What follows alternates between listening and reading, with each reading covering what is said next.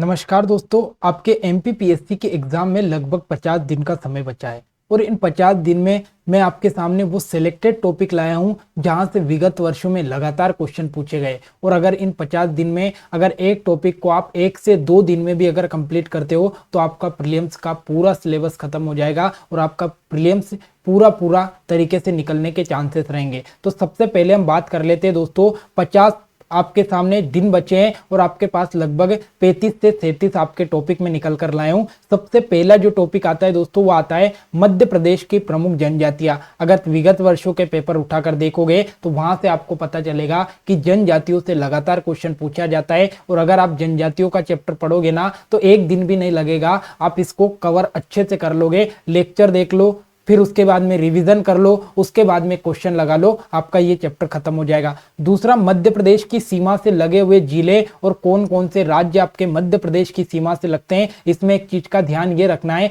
कि मध्य प्रदेश के कौन कौन से जिले किस राज्य से लगते हैं और जो सामने वाला राज्य है ना उसके कौन कौन से जिले मध्य प्रदेश से लगते हैं, इस पर अपने को ध्यान देना है। उसके बाद में मध्य प्रदेश की प्रमुख बोलियां, मध्य प्रदेश में कहां पर मालवी बोली जाती है, कहां पर बुंदेलखंडी बोली जाती है, ये सारी बोलियां आपको कवर करनी है। उसके बाद में मध्य प्रदेश के प्रमुख मंदिर आपको याद रखना है। सबसे मंदिर में पहली चीज तो ये याद रखनी है कौन सा मंदिर कहां पर है, दूसरी चीज कौन सा मंदिर किसने बनवाया और तीसरी चीज कौन से मंदिर कौन सी शैली में बने हुए, ये आपको याद रखना है। पांचवा जो टॉपिक आता है वो मध्य प्रदेश की गुफा है। मध्य प्रदेश की गुफा में भी आपको दो चीजें ध्यान रखनी है कि कौन सी गुफा कहां पर है और किस वंश से संबंधित या किस काल से संबंधित ये गुफा है, ये आपको याद रखना है। उसके बाद में दोस्तों आपका 6ठे नंबर का टॉपिक आता है मध्य प्रदेश के प्रमुख स्तूप। स्तूप की बात करें दोस्तों तो कौन सा स्तूप कहां पर है और किसने इसको बनवाया, ये चीज आपको याद होना चाहिए। मध्य प्रदेश के प्रमुख महल और किले, तो महल और किलों में भी वही है कौन सा महल और किला कहां पर है और किसने बनवाया। फिर मध्य प्रदेश की कला नृत्य से संबंधित संस्थाएं, और ये आपका कला और नृत्य होना चाहिए।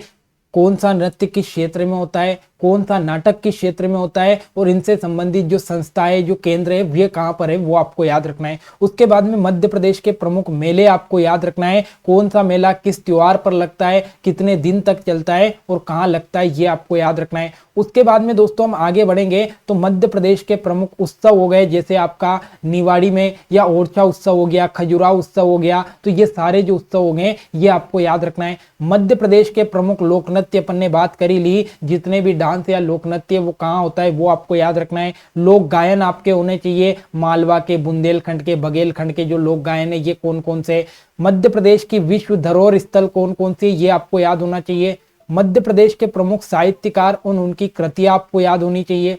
उसके बाद में दोस्तों अगर आप आगे बढ़ोगे तो मध्य प्रदेश के धार्मिक स्थल आपको पढ़ना है। धार्मिक स्थल इंपोर्टेंट है, यहां से क्वेश्चन पूछते हैं कौन सा स्थल पुरातात्विक है, कौन सा स्थल किस समय में संबंधित है, ये क्वेश्चन पूछा जाता है। मध्य प्रदेश के पर्यटन स्थल से क्वेश्चन पूछा जाता है। उसके बाद में जनजाति व्यक्तित्व, कौन सी जनजाति से संबंधित कौन से व्यक्ति है, उनकी क्या क्या खास बात है, ये व्यक्तियों से क्वेश्चन हर बार एग्जाम में पूछा जाता है, तो इसको आपको याद करना है। मध्य प्रदेश में दोस्तों कांग्रेस अधिवेशन जो हुए वो कांग्रेस अधिवेशन आपको याद रखना है। जैसे आपका त्रिपुरी में कांग्रेस अधिवेशन हुआ था, उसमें कौन अध्यक्ष बने थे, फिर बाद में उसमें मतभेद हो गया था तो उसका कारण क्या था, तो ये सारे जो कांग्रेस अधिवेशन है ये आपको याद रखना है। मध्य प्रदेश के प्रमुख अखबार, ऐतिहासिक व्यक्तित्व और उनकी जो पुस्तकें हैं ये आपको याद रखनी है, जहां से आपके एग्जाम में क्वेश्चन पूछे जाते हैं। तो ये 19 टॉपिक अभी तक अपन ने देख लिए। उसके बाद में प्रमुख समाज सुधार आंदोलन तथा उनसे संबंधित संस्थाएं, ये आपके हिस्ट्री के अंतर्गत आने वाला टॉपिक है,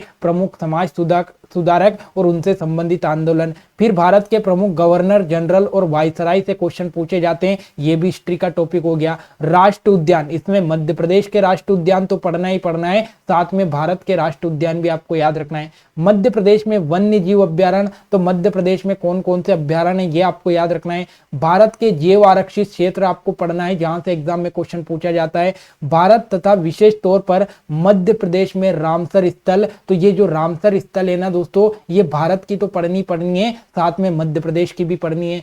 मध्य प्रदेश तथा कर्नाटक में जो टाइगर प्रोजेक्ट है ये आपको इंपोर्टेंट याद रखना है। क्यों? क्योंकि मध्य प्रदेश और कर्नाटक जो है ना दोस्तों, ये दोनों ऐसे राज्य जहां पर टाइगरों की संख्या सर्वाधिक है, तो ये दोनों आपको पढ़ना है। मध्य प्रदेश, केरल, कर्नाटक, असम में जो एलिफेंट प्रोजेक्ट है ना, ये आपका पढ़ना है। एलिफेंट प्रोजेक्ट अगर आप देखोगे ना तो यूनिट 7 में आपके टाइगर प्रोजेक्ट आता है, एलिफेंट प्रोजेक्ट आता है, तो ये यूनिट 7 का चैप्टर हो गया। मध्य प्रदेश के मुख्यमंत्री से पिछले 2 सालों से लगातार क्वेश्चन पूछा जा रहा है, तो ये मुख्यमंत्री आपको पढ़ना है। मध्य प्रदेश के राज्यपाल पढ़ना है, उनकी विशेषता क्या है, उनके कार्यकाल में क्या क्या घटनाएं घटित हुई, ये आपको पढ़ना है। उसके बाद में संविधान के प्रमुख अनुच्छेद, अगर आप देखोगे पिछले 2-3 साल के पेपर उठाकर तो 3 से 4 क्वेश्चन संविधान के अनुच्छेद से सीधे सीधे आ रहे हैं, तो संविधान के अनुच्छेद और संविधान संशोधन ये आपको पढ़ना है, ये इंपॉर्टेंट आपके सामने। मध्य प्रदेश के प्रमुख वैज्ञानिक संस्थान अति इंपॉर्टेंट, ये भी आपका यूनिट 7 का चैप्टर है। वैज्ञानिक संस्थान हो गए जैसे इसरो हो गया। उसके बाद में दोस्तों अभी देखो आदित्य L1 मिशन भेजा है, चंद्रयान 3 भेजा है, तो उनके बारे में आपको थोड़ा करंट अफेयर का डाटा पढ़ना है। उसके बाद मध्य प्रदेश की प्रमुख खेल संस्थाएं, यहां से भी हर साल क्वेश्चन बन रहा है। खेल संस्था हो गई या खेल अकादमी हो गई, इनसे क्वेश्चन बन रहा है। मध्य प्रदेश की प्रमुख खेल प्रतियोगिता हो गई, मध्य प्रदेश के प्रमुख पुरस्कार हो गए। प्रमुख बीमारियां और उनके कारण, ये आपका साइंस का पोर्शन आ गया, प्रमुख बीमारियां और कारण, और ये प्रमुख विटामिन आपके आ गए। तो ये लगभग आपके 37 टॉपिक है दोस्तों। आपके पास दिन है 50 दिन, और अगर एक टॉपिक को एक दिन में भी निपटाओगे तो 37 दिन में ये आपके टॉपिक कवर हो जाएंगे, और फिर अगले जो दिन आएंगे उसमें फिर इनका रिवीजन भी हो जाएगा। और ये वो टॉपिक आपके सामने जहां से लगातार विगत वर्षों में लगातार क्वेश्चन पूछे गए, तो इनको कंठस्थ याद कर लो।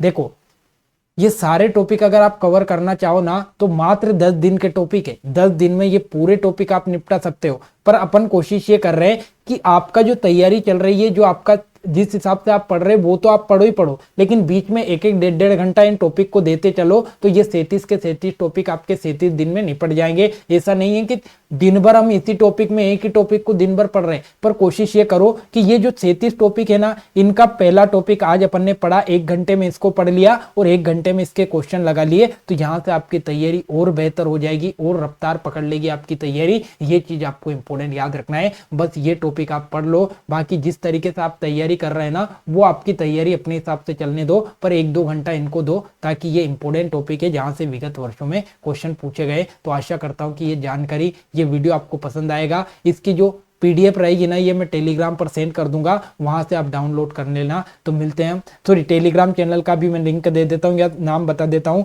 राघव सर जी के नाम से, राघव सर जी के नाम से अपना टेलीग्राम चैनल है, उस पर आपको ये पीडीएफ मिल जाएगी। तो वो पीडीएफ आप वहां पर ले लेना, बाकी कुछ नहीं है, ठीक है। तो बहुत बहुत धन्यवाद। मिलते हैं अपन अगले वीडियो में इसी तरीके की जानकारी के लिए। जय हिंद, जय भारत।